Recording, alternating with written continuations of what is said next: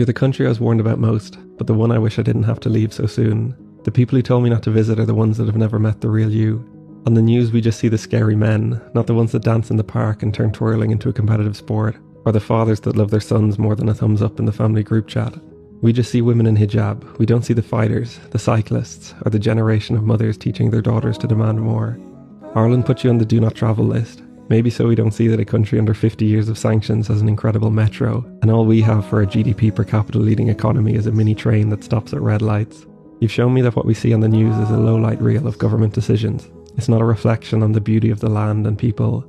You're a country of people that stop to give you tea, refill your bottles with ice water on the move, and empty their trees to fill your bags with fruit.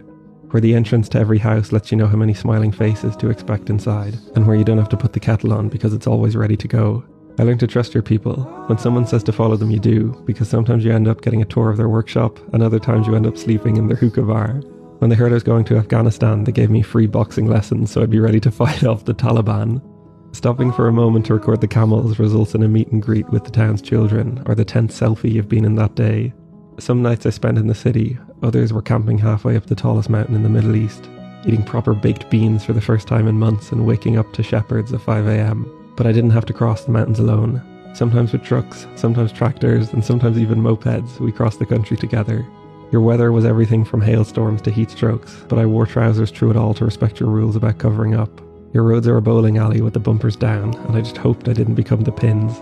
But you blessed every traffic jam I had to squeeze through, and your trucks were busy doubling it and giving it to the next person. Your signs speak in SpongeBob meme text, experiment with serifed speed signs, and optimistically suggest there'll be a tree next to the picnic bench in the middle of the desert.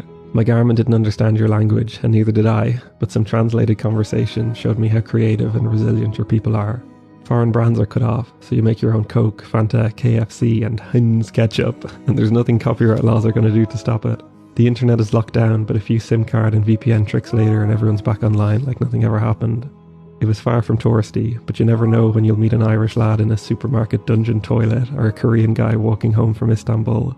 To be honest though, it's the strongest sense of unfairness I felt so far, that it only took a few weeks and a trip to the embassy for me to get a visa, but your people could spend a lifetime trying and failing to get out.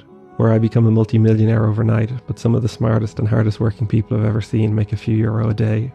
I hope the optimism they have for the future is correct, and it won't be long until everything improves. Until then, thank you for the last month, keep pushing for more, and I can't wait to meet again.